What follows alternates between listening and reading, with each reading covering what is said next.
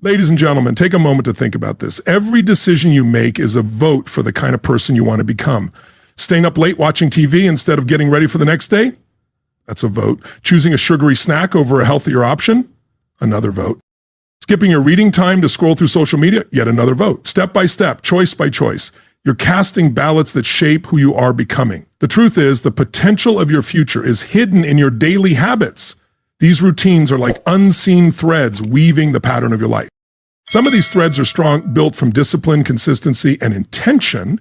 Others are weak, formed from delay, excuses, and short-term comfort. The overall quality of your life depends on which threads are more dominant in your personal tapestry. Here's something important to understand. Success isn't something you chase. Often, what we chase stays out of reach. Success is something you draw in by becoming the kind of person who naturally achieves it. And that transformation starts with your habits, the small daily choices that shape your mindset, skills, and ultimately your path in life. Now, let's be clear. Removing unhelpful habits isn't simple. If it were, everyone would be living remarkable lives. But many aren't willing to make the effort or the sacrifices that greatness requires. They settle into their routines, relying on reasons and justifications for why their goals remain out of reach. But you're not here by accident. You're here because something within you knows you're meant for more. You want to reshape yourself into someone with stronger discipline, greater resilience, and the power to achieve what others believe is impossible. And that change begins now with recognizing and breaking the patterns that have been holding you back. Let's explore how transformation truly happens. Transformation begins with awareness. You cannot change what you refuse to acknowledge. Take an honest look at your life. Which of your current habits are not aligned with your best self? Be completely honest. The truth may feel uncomfortable, but comfort has never led to real growth. Maybe it's your morning routine, hitting the snooze button multiple times before rushing into the day without focus or intention. Or perhaps it's how you handle your finances, spending impulsively on short-term pleasures with no lasting value. It might even be your health habits, choosing convenience over good nutrition, staying inactive, or prioritizing distractions over real rest. Whatever those unhelpful habits may be, write them down. There's real power in seeing them on paper. Doing so forces you to face them directly. It removes their ability to hide behind denial or excuses. Once you've clearly identified your weak habits, the next step is to replace them with stronger ones. Nature doesn't tolerate empty space. If you simply remove a habit without putting something better in its place, the old one will eventually return. So for every weak habit, create a strong one to replace it. Instead of hitting snooze, build a morning routine that grounds and energizes you. Instead of spending carelessly, develop a budget that reflects your long-term goals. Instead of neglecting your health, adopt a consistent plan for eating well and staying active, one that respects and supports your body. But here's where many people struggle. They try to change everything all at once. It becomes overwhelming. And when results don't come quickly, they fall back into old habits. Avoid that trap. Start with just one or two key changes. Focus your energy there. Build consistency and confidence before adding more. Remember, the goal isn't perfection. The goal is progress. And small, steady progress adds up in powerful ways over time. Just a 1% improvement each day leads to a 37-fold improvement over the course of a year. That's the power of compounding. It applies to personal growth just as it does in finance. Now, let's talk about what I call the 5 steps to eliminating a weak habit. First, identify the habit and understand its triggers. What situations, emotions, or environments typically lead to this behavior? Awareness is always the first step to change. Second, create a strong reason to change. Your why needs to be powerful enough to carry you through the discomfort that comes with growth. When your why is clear, the how becomes much more manageable.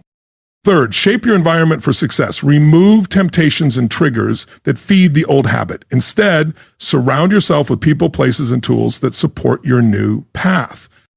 Fourth, establish a replacement habit, something that aligns with your goals. Remember, nature dislikes a vacuum. If you remove a habit, you must replace it with something better or the old pattern will return. Fifth, be patient and stay consistent. Habit change is not a one-time event. It's a process. It takes time for new neural pathways to form. Stay committed, even if progress feels slow at times. Now, let's talk about the role of discipline in this journey. Discipline is the link between setting a goal and achieving it. It turns dreams into plans and plans into results. Without it, even the best strategy won't work. There are two kinds of pain in life, the pain of discipline and the pain of regret. Discipline may feel uncomfortable, but regret weighs far heavier. Choose your discomfort wisely. Discipline isn't about being hard on yourself. It's about caring for your future self. It's choosing today's effort over tomorrow's disappointment. It's understanding that the short-term discomfort of doing what's necessary is small compared to the deep, lasting satisfaction of becoming the person you're meant to be. And the best part? Discipline gets easier with practice. The more you train your discipline, the stronger it becomes. Over time, what once took serious effort becomes automatic, even enjoyable. That's when true transformation begins. Throughout my career, I've had the opportunity to meet thousands of successful individuals, entrepreneurs, artists, athletes, and philanthropists. And one thing is clear, none of them reached greatness by accident. Every one of them made intentional choices about their habits. They understood that excellence isn't a one-time act, it's a habit, as Aristotle once said. These individuals weren't necessarily more talented or lucky than others. They simply made different decisions about how to invest their time, energy, and attention. They chose discipline over regret. They eliminated weak habits before those habits could derail their dreams. Now let's take a closer look at some common weak habits and how you can replace them with stronger ones. Procrastination is one of the biggest obstacles to success. You tell yourself, I'll do it tomorrow, but tomorrow rarely arrives. Replace this with the habit of immediate action. When something needs to be done, take care of it right away. This one shift can dramatically increase your productivity and effectiveness. Negative self-talk eats away at confidence and holds you back. Replace it with positive affirmations and empowering questions. Instead of asking, why does this always happen to me? Ask, what can I learn from this? Instead of saying, I can't do this, say, I'm learning how to do this. Comparison is another weak habit that drains joy and distorts progress. Replace it with personal benchmarking. Measure yourself only against your past self, not against others. Focus on your own growth. Even the small wins matter. And finally, emotional reactivity leads to stress and poor decisions. Replace it with the habit of thoughtful response. Create space between what happens and how you react. Pause. Take a breath. Choose your response with clarity. Be intentional with your decisions. Choose thoughtfully instead of reacting impulsively. One common weak habit is information overload. Constantly absorbing news, social media, and emails. This fragments your focus and drains mental energy.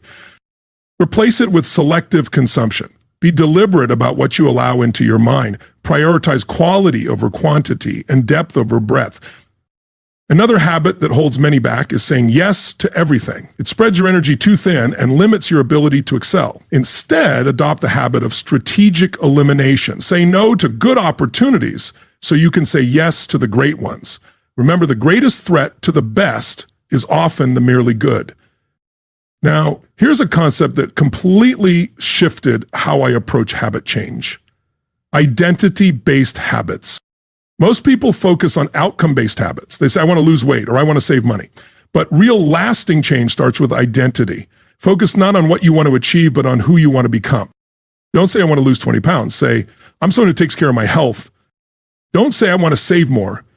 Say, I'm a disciplined manager of my finances. When you shift your identity, your behaviors follow naturally. You no longer have to force yourself to act a certain way. You simply act in line with the kind of person you believe yourself to be. This change in mindset is powerful. It turns habit formation into a process of authenticity, not resistance. You're not fighting against yourself. You're stepping into who you truly are. You're becoming the person you were always meant to be. But this journey requires courage, the courage to let go of who you were so you can step into who you're capable of becoming, the courage to embrace discomfort instead of settling for what's familiar, the courage to risk disappointing those who are attached to the old version of you. And let's be clear, courage is not the absence of fear, it's the recognition that something matters more than fear. In this case, that something is your potential, the person you can become when you break free from the limits of unproductive habits. Now, it's important to address a key element in this process, the role of failure. As you work to eliminate weak habits, you will experience failure. Let me repeat that. You will fail. There will be times when old behaviors resurface, when your willpower fades, and when outside circumstances work against your best efforts. But here's the important truth. Failure is something that happens. It doesn't define who you are. Failing does not make you a failure. It simply confirms you're human. The real question isn't if you'll fail, it's how you'll handle it when it happens. Will you allow it to become an excuse to stop trying, or will you treat it as useful feedback to help you grow? Will you view it as proof that change is impossible or as a vital part of learning? High achievers, those who have rebuilt themselves by replacing weak habits, didn't avoid failure. In fact, they failed more often than most, but they kept going. They adapted, they learned, and eventually they succeeded. So when failure happens, and it will, don't criticize yourself. Don't treat it as confirmation that you're incapable of change. Instead, approach it with curiosity. What caused the setback? What can you do differently next time? How can you better prepare for success in the future? This leads to another essential factor in overcoming weak habits: accountability. Everyone has blind spots. We all face moments of struggle. We all need encouragement and support during transformation. Find someone who sees your potential and is committed to helping you grow. Share your goals with them, update them regularly, and allow them to hold you to your word, especially when you're tempted to slip back into old patterns. Accountability is not about criticism or blame. It's about love. Loving yourself enough to welcome others into your journey. It's about humility, acknowledging that no one can reach their full potential entirely on their own. And it's about wisdom, realizing that the right support can significantly increase your chances of success. I often share the story of two individuals trying to quit smoking. The first kept his goal to himself. When cravings hit, he had only his own willpower to rely on. The second told everyone around him, family, friends, coworkers. When he struggled, he leaned not only on his own strength, but also on the support and expectations of his community. Now ask yourself, who had a better chance of success, the one who kept quiet or the one who embraced accountability? The answer is clear. We're social beings. We tend to perform better when others are watching, when we know someone is counting on us, and when we can share both wins and lessons with others. So don't try to eliminate your weak habits alone. Bring others into your process. Be honest about your challenges. Celebrate your progress together. Learn from each other's journeys. Now let's talk about patience. We live in an age of instant gratification. We expect results quickly, sometimes immediately. But real habit change doesn't work that way. It takes time for new brain pathways to develop. It takes time before new actions start to feel natural instead of forced. You may have heard the idea that it takes 21 days to form a habit.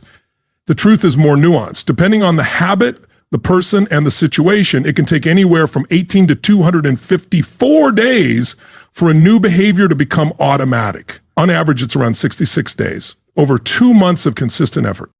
So be patient with yourself. Don't expect instant transformation. Celebrate the small wins. Understand that even if progress seems slow, important changes are happening beneath the surface. The seeds you plant now will grow into results if you stay committed and don't give up. The goal isn't perfection, it's progress. You don't need to perform your new habits perfectly every time. Research shows that occasionally missing a chance to follow through on a habit has little to no impact on long-term habit formation. What matters most is the overall trend, not isolated moments of success or failure. This leads me to an important point, the power of tracking. What gets measured gets managed. If you want to eliminate weak habits and establish strong ones, start tracking your behavior. Whether it's through a journal, a spreadsheet, or a mobile app, it doesn't matter as long as you stay consistent. Tracking serves many purposes. It helps you become more aware of your behavior patterns, offers tangible proof of your progress. It fosters accountability, even if that accountability is only to yourself. And perhaps most importantly, it gives you the chance to celebrate small wins along the way. Don't overlook the power of celebration in the habit-building process. When you celebrate your progress, your brain releases dopamine, the same chemical responsible for feelings of pleasure. This creates a positive feedback loop, reinforcing the behavior and increasing the likelihood of repeating it. So track your habits and celebrate your victories, no matter how small. Did you resist the urge to check social media during productive time? Celebrate. Did you choose a healthy meal over fast food? Celebrate. Did you save a portion of your paycheck instead of spending it all? Celebrate. These celebrations don't need to be grand. Simply acknowledging I did it can be powerful. The key is to link that positive feeling with the behavior you want to encourage. Now, let's talk about the role of your environment in this process. Your environment often has more impact on your behavior than your willpower. If you're trying to eat healthier, but your kitchen is filled with junk food, you're setting yourself up for failure. If you're working to be more productive, but your workspace is cluttered and distracting, you're facing an uphill battle. Design your environment to support the habits you want, not sabotage them. Make the behaviors you want to practice easy and the ones you don't want to engage in difficult. Remove triggers that lead to weak habits and create reminders for strong ones. For example, if you want to read more, place books in visible spots around your home and keep your devices out of sight. If you want to exercise in the morning, lay out your workout clothes the night before. If saving money is your goal, set up automatic transfers to your savings so you don't have to rely on willpower every month. This approach to designing your environment is rooted in a fundamental truth about human behavior. We tend to follow the path of least resistance.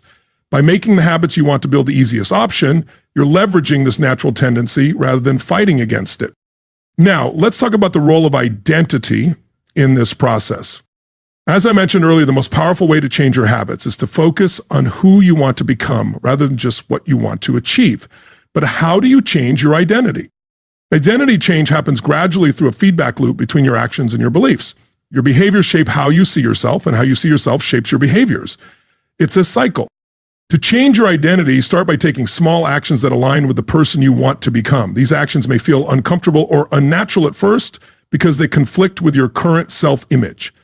That's normal. Keep taking those actions. Over time, as you continue to act in ways that reflect your desired identity, your self-perception will begin to shift. You'll begin to see yourself as the kind of person who engages in these behaviors. Once you identify as such, these actions will become more natural and automatic. For example, if you want to become a disciplined person, start by taking small, disciplined actions, making your bed each morning, keeping your commitments, arriving on time. At first, these actions may feel forced and require conscious effort, but over time, as you continue, you'll start to view yourself as a disciplined person. And once that shift happens, acting with discipline will come naturally. This is why I often say that motivation follows action, not the other way around. Many people wait for motivation before taking action, but that's the wrong approach. Take action first, even when you don't feel like it, and motivation will follow. Action creates momentum, and momentum fuels motivation. Now let's discuss a common obstacle in the habit change process, the influence of your social circle. It's often said you are the average of the 5 people you spend the most time with. This isn't just a catchy phrase, it's a powerful truth about human behavior. Your social environment shapes your norms, expectations, and aspirations. If you're surrounded by people who engage in the very habits you're trying to eliminate, your journey will be much harder. Their behavior will trigger your old patterns and undermine your efforts. And this doesn't mean you need to cut ties with friends and family, but it does mean being intentional about who you spend time with and how they influence you. Seek relationships with people who embody the qualities and habits you want to adopt. Limit time with those who reinforce your weak habits, and remember that influence works both ways. As you work to eliminate your weak habits, you'll become a positive influence on those around you. Your transformation can inspire others to begin their own journeys of growth and change. Let me share a powerful truth that has guided my own journey. Success leaves clues. Whatever you want to achieve or become, someone has already paved the way. Learn from them. Study their habits, mindsets, and strategies. You don't need to reinvent the wheel. If you want to become financially successful, study the habits of wealthy people. If you want to improve your health, study the habits of healthy individuals. If you want to build a thriving business, study the habits of successful entrepreneurs. This doesn't mean blindly copying others. We all have unique circumstances, strengths, and challenges, but by learning from those who have achieved what you aspire to, you can speed up your progress and avoid common mistakes. Books, podcasts, courses, and mentors are all valuable resources for learning success habits. Invest in yourself. The knowledge and insights you gain from these resources will pay dividends for the rest of your life. Now let's address an important question. What if you're not sure which habits to focus on? What if you're unclear about the person you want to become? Start by clarifying your values and goals. What matters most to you? What kind of life do you want to create? What impact do you want to have on the world? Your answers to these questions will guide your habit choices. For example, if family is a core value, you might prioritize habits that allow you to be present with your loved ones, such as limiting work hours, creating technology-free zones at home, and establishing family rituals. If health is a priority, you might focus on habits like regular exercise, nutritious eating, adequate sleep, and stress management. If continuous learning matters to you, you might develop habits around reading, taking courses, seeking new experiences, and reflecting on what you've learned. The key is alignment. Your habits should align with your values and goals. When they do, motivation comes more naturally because you connect your daily actions to what truly matters to you. This leads me to another important aspect of eliminating weak habits. Understanding the power of keystone habits. These are habits that, when changed, create positive ripple effects throughout your life. They trigger a chain reaction of other improvements without requiring the same level of effort. For instance, regular exercise is a keystone habit for many people. Once they start exercising consistently, they often find themselves naturally eating better, sleeping better, and feeling more energetic and confident. These changes weren't directly targeted, but they resulted from the keystone habit. Other examples of keystone habits include getting enough sleep, daily planning, meditation, and tracking finances. Focusing on these keystone habits can help you achieve more significant results in the transformation process. Now let's discuss the role of systems in eliminating weak habits. Goals are important because they provide direction and motivation, but systems are what lead to results. A goal is the outcome you want to achieve, while a system is the process that gets you there. Too often, we focus only on goals without creating effective systems to support them. For example, we say, I want to lose 20 pounds, but don't establish a sustainable diet and exercise plan. Or we say, I want to write a book without setting up a regular writing routine. The issue with this approach is that once a goal is achieved, the behavior often stops. But when you fall in love with the system, the daily process, you continue the behavior long after the goal is reached. So set ambitious goals, but then focus on creating and implementing the systems that will lead you to those goals. Fall in love with the process, not just the outcome. Let me share a story that illustrates this principle. I once knew a man who set a goal to run a marathon. He trained hard for months, completed the marathon, and then stopped running altogether. Once the goal was achieved, the behavior stopped. I knew another man who also set a goal to run a marathon, but instead of focusing only on the race, he focused on becoming a runner. He created a sustainable running practice that fit into his lifestyle. He joined a running club and explored different types of runs, trails, tracks, and roads. After completing the marathon, he continued running because he had fallen in love with the process. The marathon was simply a milestone on a longer journey. Which approach do you think leads to more lasting change, the goal-focused approach or the system-focused approach? The answer is clear. Systems are more effective than goals when it comes to long-term transformation. Now let's address a common misconception about habit change, the idea that it's all about willpower. Willpower is a limited resource. If you rely solely on willpower to break weak habits, you'll eventually run out of it and fall back into old patterns. Instead of relying on willpower, focus on designing your life to reduce the need for it. Create an environment that supports your desired habits. Establish routines that automate positive behaviors, and surround yourself with people who reinforce your new identity. This doesn't mean willpower isn't important. It is, especially in the early stages of habit change when new behaviors haven't yet become automatic. But willpower should be your backup system, not your primary strategy. Think of willpower like emergency savings rather than your regular income. You don't want to drain it on day-to-day challenges. You want to save it for unexpected obstacles. Let me share another powerful strategy for eliminating weak habits. Implementation intentions. These are specific plans that outline when, where, and how you'll perform a certain behavior. They take the form of, when situation X arises, I will do Y. For example, instead of saying I'll exercise more, you might say every Monday, Wednesday, and Friday at 7 o'clock a.m., I'll go to the gym and follow my workout. Instead of saying I'll eat healthier, you might say, when I feel the urge to snack in the afternoon, I'll eat an apple or a handful of nuts. Implementation intentions remove ambiguity and decision fatigue. They turn vague aspirations into concrete action plans. Research shows that people who use implementation intentions are significantly more likely to follow through than those who don't. Now, let's talk about the importance of starting small. Many people fail in their habit change efforts because they try to do too much too soon. They decide to overhaul their diet, exercise routine, sleep schedule, and work habits all at once. This approach almost always leads to burnout and the abandonment of the entire effort. A more effective approach is to start with tiny habits, behaviors that are so small they require minimal motivation and effort. Want to start meditating? Begin with just 1 minute per day. Want to read more? Start with a single page before bed. Want to improve your nutrition? Add 1 vegetable to your daily diet. These tiny behaviors might seem insignificant, but they serve a critical purpose. They establish the neural pathways for the habit and build your identity as the kind of person who engages in this behavior. Once the habit is established, you can gradually increase the duration or intensity. Remember, consistency is more important than intensity, especially in the beginning. It's better to meditate for 1 minute every day than for an hour once a week. It's better to read 1 page every day than to read 100 pages once a month. Start small, stay consistent, and gradually increase the challenge as the behavior becomes more automatic. This approach is sustainable and leads to lasting change. Now, let me address a question you might be wondering. How long does it take to kill a weak habit? The answer depends on several factors: the strength of the habit, your motivation for change, the effectiveness of your strategy, and the support systems you have in place. Some habits can be changed relatively quickly, in a matter of weeks. Others may take months or even years to fully transform.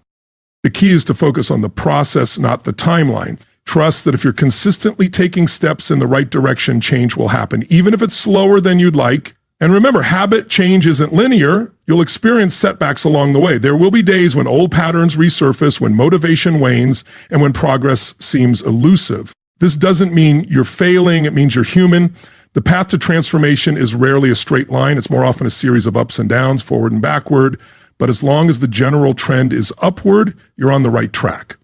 Let me share a powerful mindset shift that can help you navigate these ups and downs. Think of habit change as an experiment rather than a test. A test is something you pass or fail. An experiment, on the other hand, is something you learn from, regardless of the outcome. When you approach habit change as an experiment, every attempt, successful or not, provides valuable data. What worked, what didn't, why? How can you adjust your approach based on what you've learned? This experimental mindset reduces the emotional charge of setbacks. Instead of thinking, I failed, you think, that's interesting. That approach didn't work as well as I expected. What can I try next? This keeps you engaged in the process instead of giving up when things don't go as planned. Don't wait until you're in the midst of a stressful situation to figure out how to cope. Develop your stress management toolkit now and practice using these tools regularly. Remember, stress isn't just an emotional experience, it's a physiological one. When you're chronically stressed, your body enters a state of fight or flight with elevated cortisol levels and decreased immune function. This state makes it difficult to think clearly, make wise choices, and exercise self-control. By managing your stress effectively, you create the physiological conditions necessary for successful habit change. You enable your prefrontal cortex to do its job, overriding automatic responses and making choices aligned with your long-term goals. As we near the end of our time together, I want to leave you with a few final thoughts on rebuilding yourself by killing your weak habits. Success is nothing more than a few simple disciplines practiced every day. Failure is simply a few errors in judgment repeated every day. The real question is, what are you practicing daily? You are not what you want to be. You are not what you hope to be. You are not what you intend to be. You are what you do. Your habits define you. They create your life story one day at a time. So write a story worth telling. Create a life worth living. Become a person worth becoming. It all starts with your habits, those small decisions you make every single day that shape your character, your capabilities, and ultimately your destiny. The choice is yours. The time is now. The person you're capable of becoming is waiting for you to take that first step. Don't keep them waiting any longer.